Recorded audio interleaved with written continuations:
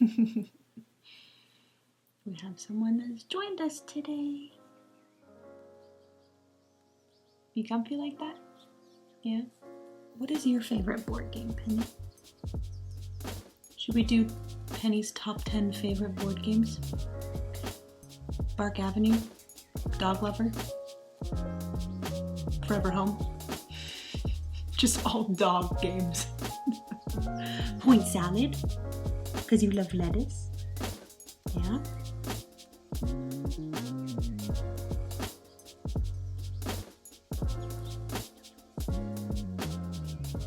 Hey friends, it is Jenna, what is up, and welcome back to the Board Game Garden, and welcome back to episode number 3 of the Cream of the Crop, or my top 100 games of all time. This is the third one, like I said. We're going through number 80 to 71, and this isn't, I almost lost my voice again.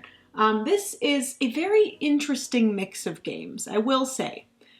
It's very interesting, but I feel like all of these top 10s are going to be just like an interesting mix of games, because I feel like myself, my favorite games of all time are just a very weird mix of games. I love small card games, I love solo-only games, I love big, heavy Euro games, I love small puzzly games. I just like a large array of different types of games, so I feel like it's just going to be a mishmash of everything. I do have my coffee, which there's not much left.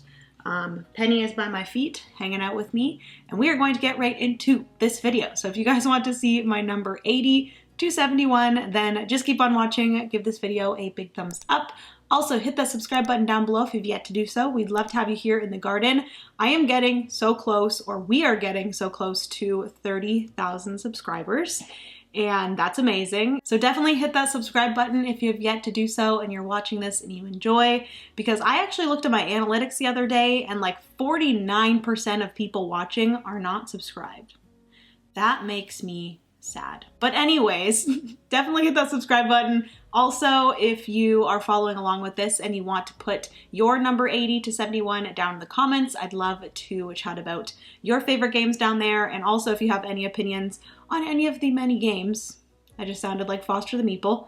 If you have opinions on any of these games, then put them down in the comment section and I'd love to chat down there. So without further ado, let's get into this video, shall we?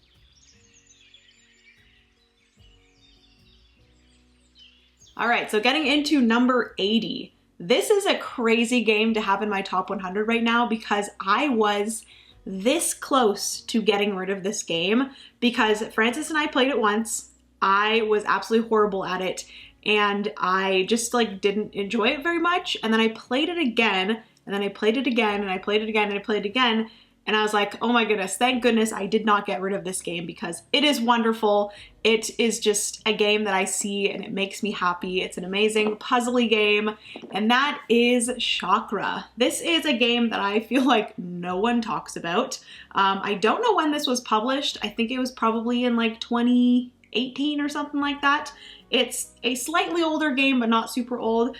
But it is a wonderful, wonderful puzzly game where basically you are trying to balance out your chakras, which just, as someone that loves like relaxing games, this theme also bodes to that well. I think that's the right words to use for that.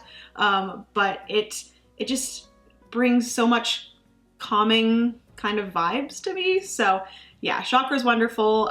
You are basically on your turn drafting some of these crystals that you're going to be placing, and then on your turn you can also, or on another turn, you can decide to take a like movement action where you're putting a disc onto one of the actions and then moving those chakras up and down in your different like areas. I forget what they're called. I think they are your chakras, but you're moving these crystals through the different colored chakras in order to complete the colored chakras by having the same colored crystals in these chakras. There's like the black crystals, which are like bad energy or something like that, and you have to bring them all the way down to the bottom.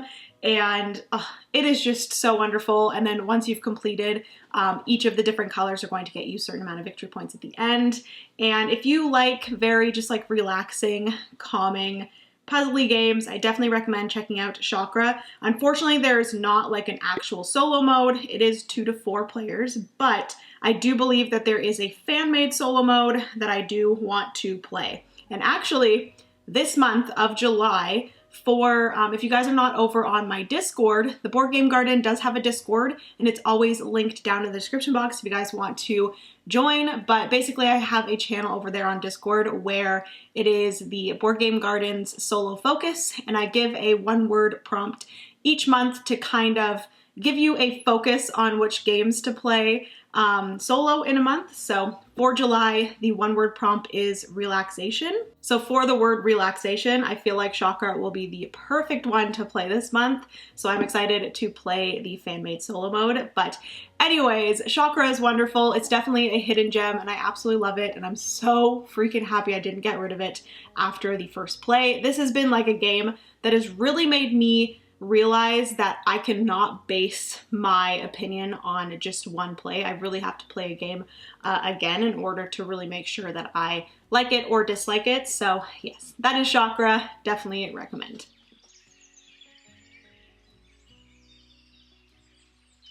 Moving on to the next one. This is a card game. This is an absolutely chaotic card game, but whenever I play this game, it just always is so much fun.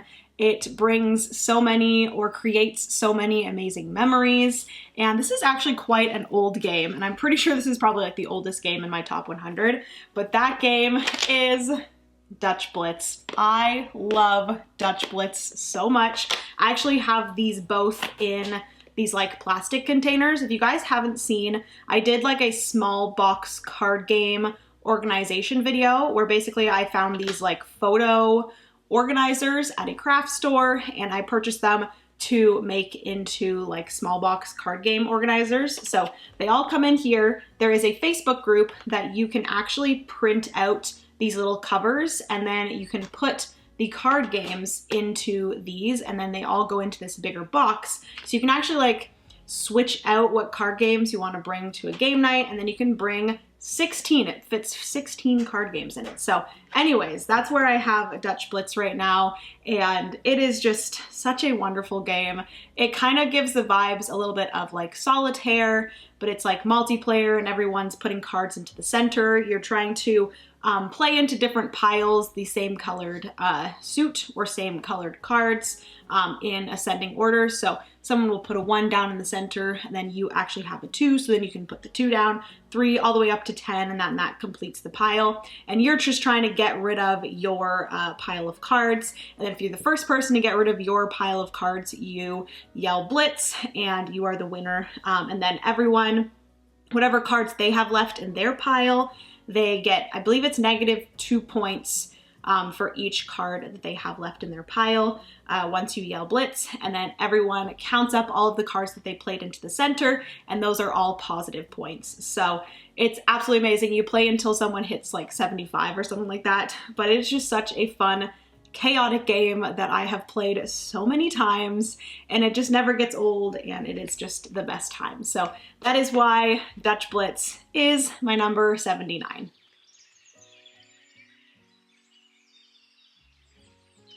All right, so my number 78 is another very small game, and this is probably going to be the smallest game in my top 100, and that is because it is a button shy game, and I do believe that this is the only button shy game that I have in my top 100, which I'm surprised Numpsters is not in my top 100. I've been really enjoying that one, but that one is one that I haven't played as many times as this one. But the game that I'm talking about in my number 78, that is Rove. Rove is absolutely amazing. Again, just a wonderful, relaxing puzzle. It's actually not that relaxing. It's a little bit like stressful sometimes, but Rove is just a wonderful puzzle where you are trying to lay out cards in certain ways, and each of the cards is going to have a different like movement pattern that they can make, and then also each card is going to have a like one-time ability that you can use by flipping them over and then they can do some special thing. But basically you're trying to get through all of these different, like, I call them like scenarios, but basically it's a card that tells you a configuration of how the specific cards have to be. So then you have to like figure out a way to move them around in order to get to that configuration. And you're using movement cards, so you can only move things so many times, and it is just so wonderful and I love it. And I actually did not back, I should have backed the Aqua Rove. They have like a new Aqua Rove, and they also have a bunch of expansions for Rove. So I should really look into possibly, if that campaign is still up, I should do some like late backing of some Rove expansions as well as Aqua Rove, because I just love this game so much. It's one that I can just like bring with me somewhere and just randomly take out and play. So that is why Rove is my number 78.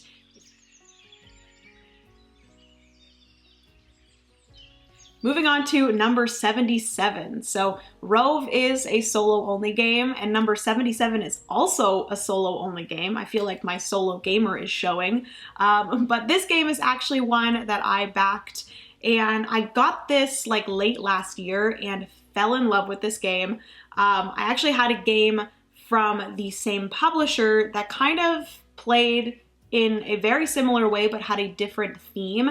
And once I got this theme and saw the like small added things that they changed with this one, I just fell in love with it and just have been playing it on and off here and there. But that game is Witchcraft. Witchcraft is a fantastic card-based game where you are running a like witch coven. You guys probably will be able to tell throughout this video, I have a lot of like witchy themed games.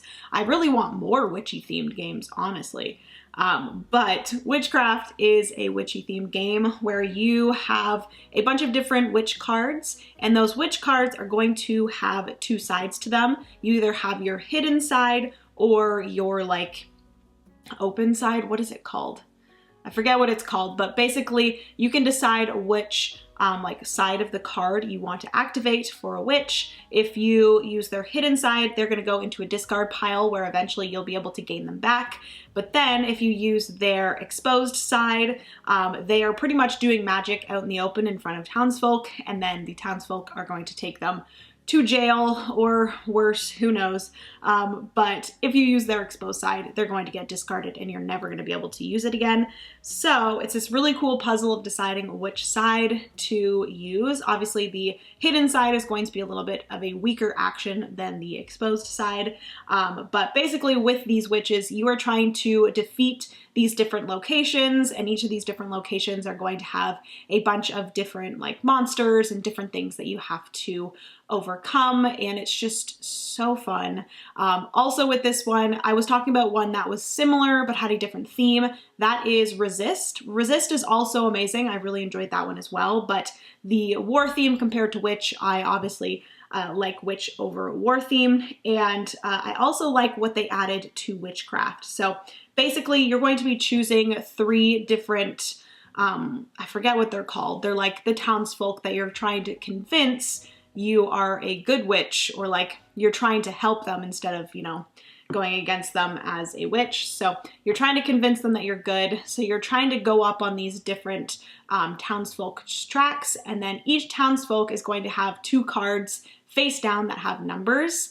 And if you ever at any point feel like your track on all of these different townsfolk are higher than the numbers beside them, you can actually stop the game and then flip over those cards. And then if those cards add up to less than what the track is at, then you have successfully convinced that townsfolk that you are good and that you're trying to help them. But if not, you do lose. And it's quite the challenging game, but I really enjoy the card play of this one with getting those witch cards and deciding which side of the card you want to activate. It's really all based off of like timing, which I absolutely love. I've talked about this game a few times on the channel already, so I won't yap about it too much longer, but that is my number 77.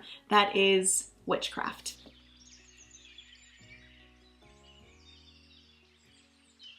All right, so moving on to my next game. I haven't really chatted about this one too much on the channel, but I really need to because I love this game so much. and I have played this a bunch multiplayer, but I've also played it a little bit solo as well. And this is a game that I feel like needs more attention, and it's actually probably one of my favorite just like solely deck building games. I definitely recommend, if you guys have never heard of it, to check it out. But that game is, oh god, there's a lot of cards in here, Dale of Merchants. There we go. Hopefully none of the cards fall. But Dale of Merchants, it actually comes in some smaller boxes. And then you can also get this box, which is like the collector's. So I actually have the 3 small boxes, and then I have the collector's box here. And this game I love so much. It is, like I said, a pretty just deck building focused game. But the interesting thing about it is you are using that deck building, and then you are actually playing and giving up some of the cards that you've built up in your deck to create these different stalls. And it's kind of a race at the same time, because you're trying to be the player that completes all of their stalls first. And each of the stalls is going to have to add up to an ascending number. So the first stall just has to be 1, the second stall has to be 2, then 3, 4, 5, so on and so forth. And the cards in those different stalls have to be the same suit. So you have to kind of build out your deck keeping this in mind, and all of the different boxes have different animals that then kind of give you different abilities, and you are choosing a certain amount of these animals to play in a game, shuffling them all together, and then building out those stalls. And I just think it is such a fantastic game, and all of the different animals that you can choose from to bring into each game. So each game is always going to be different depending on the combination of the animals that you use, and it is just wonderful. So that is Dale of Merchants. I definitely recommend checking out the solo mode as well, because the fan-made solo mode is actually very good, and I am trying to make my way through trying all of the different animals or like the characters in the game, and then eventually I kind of want to do a video where I'm like ranking all of the Dale of Merchant characters. I think that'd be a lot of fun. So yes, that is Dale of Merchants. That is my number 76.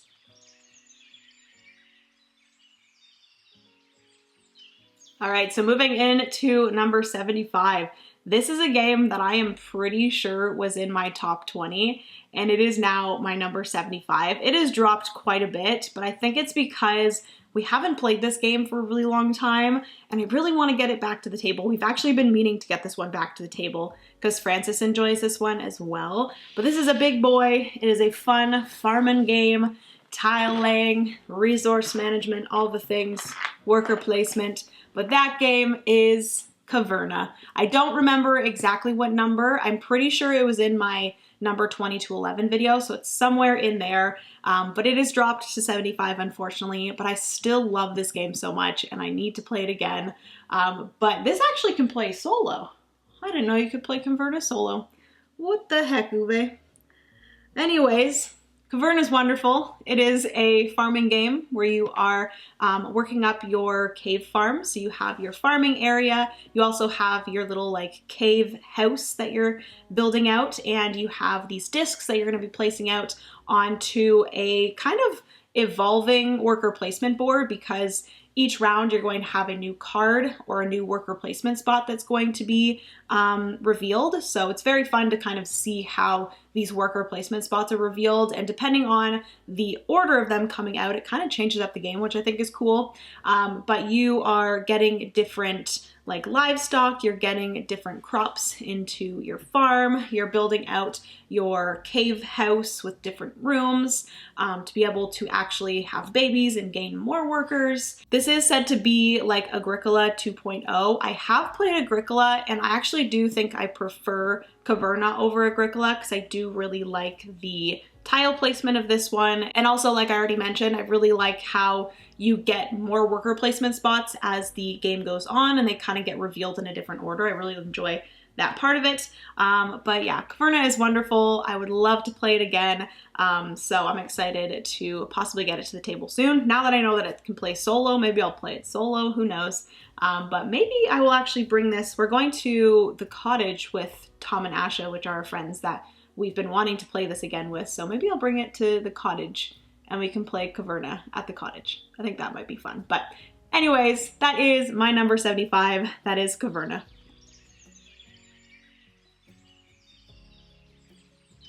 Moving into number 74.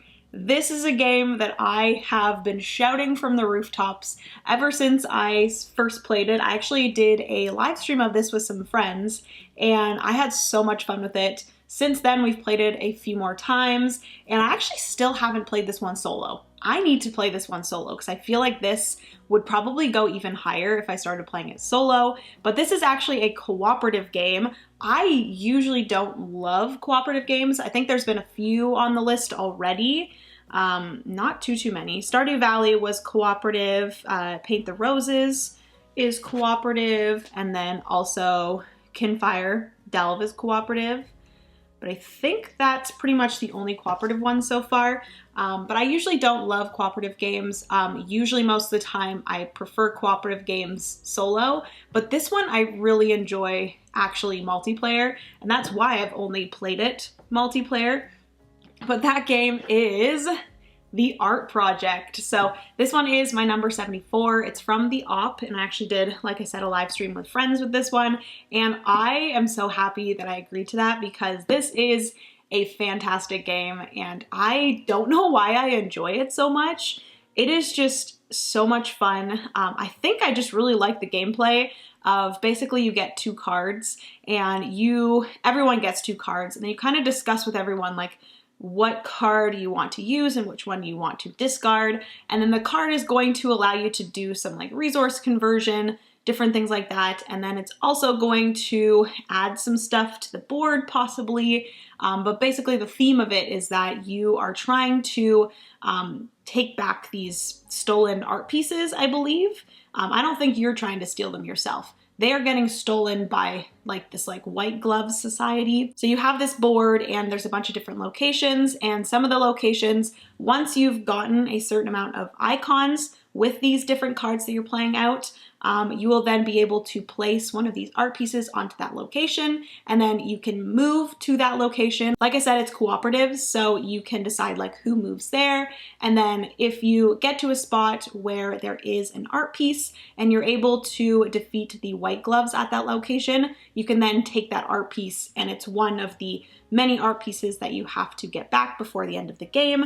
And it is just so fun with the like card play and moving around the board, and then with defeating the White Glove Society or the White Glove people, you're rolling dice, and you can actually throughout the game gain more dice. So you're getting stronger, having more dice to roll during those kind of battles. And then eventually you can steal back all of those art pieces and then win the game. I just think it is so much fun. And like I said, I really need to get this one to the table solo because I think I will really enjoy it solo, depending on the gameplay of the cards, because I really enjoy that part of the game, the kind of everyone getting their 2 cards and then discussing like what one. You can't actually like show each other the cards, but you can discuss what's on the cards, and then everyone can kind of play the card that best works for that round. So you can like complete exactly what you want to do. But yeah, the Art Project is wonderful. I definitely recommend checking it out. That is my number 74.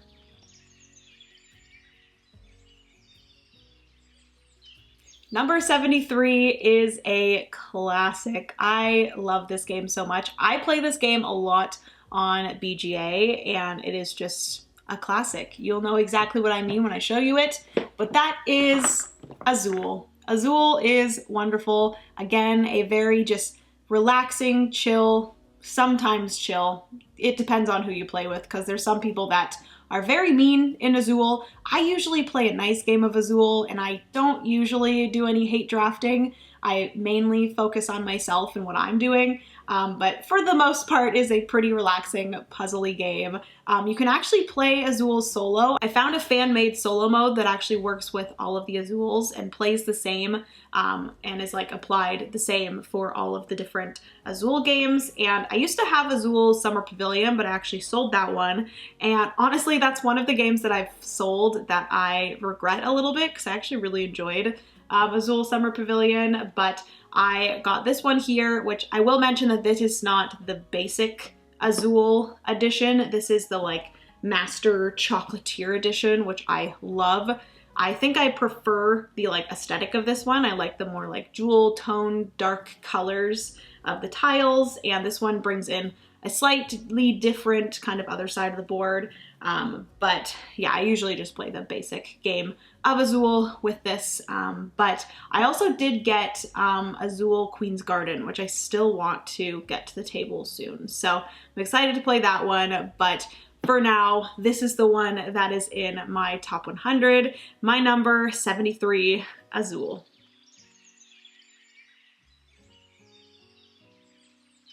I am so excited to talk about my number 72. This is one of my favorite trick-taking games, and I feel like this is like a hidden gem game that not a lot of people know about. I haven't really seen a lot of people talk about it, but I love this game. I was actually introduced to this by my friend Kat, and it is interesting because it's a hidden trader kind of trick-taking game, which I usually don't love hidden trader games, but in a trick-taking game, I feel like it is a lot of fun and I really enjoy it. But that game is Shamans. So like I said, this is a hidden trader trick-taking game where everyone's gonna get a card that is either that they are a trader or they are good. Depending on the player count, there could be one trader or there could be two traders. And it is 3 to 5 players, and this game is absolutely stunning. Right off the bat, I love the aesthetic of this one. You guys will see in the B-roll how beautiful it is. But each of the different suits is like this different color and this different like design on the cards, and I'm just, absolutely obsessed. But the interesting thing about this one, you are just normally playing out tricks, but the trader can actually play whatever they want. Anybody can play whatever they want, but if you are not able to follow suit, you actually put this track up, and basically the traders are trying to get to the end of the track. If they do, then they win. But also the like good people, even if the good people cannot follow suit, the track unfortunately moves up. There's different ways for you to move the track back. And then also, as you're playing out these different cards, the different suits are going to give a player, whatever player plays the last card of that suit, gives that player some sort of special ability. Some of the abilities is that if you have a sword, you'll be able to stab someone. And so if you figure out who the traitor is and you are able to finish that specific suit and play the last card of that suit, you will then be able to use your dagger and then stab the traitor, and then the good people win. I'm going all over the place with this, but it's such a cool game, and I feel like more people need to play this game because it is so cool. If you're the person that wins a specific trick, you get to start the next trick like a typical trick-taking game, but if you actually play the lowest number in a trick, you gain one of the tiles, which that's how you get the daggers. You can also gain tiles that if you gain 2 of them, you'll gain victory points. And there's actually tiles that allow you to move up on the track or down on the track. So that's how the good people can actually like show everybody else that they're good. So you can like use that token and then put it down and be like, hey, I'm good. I'm putting the track down one. Different things like that. So I just feel like this game is and feels very different to a lot of trick-taking games, and it just like brings in this really cool kind of player interaction, which I absolutely love. So that is why Shamans is my number 72.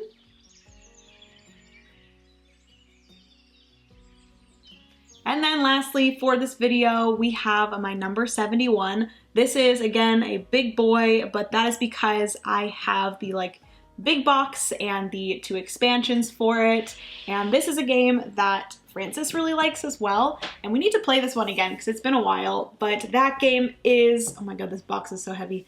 Roll Player, which this box is absolutely beautiful. This is like the like fancy box that has room for like all of the expansions. So this has the base game, and it also has the Fiends and Familiars expansion, and then also the Monsters and Minions expansion. We haven't played the Fiends and Familiars expansion yet, and I really want to because it brings in the Familiars, which I think is very cute.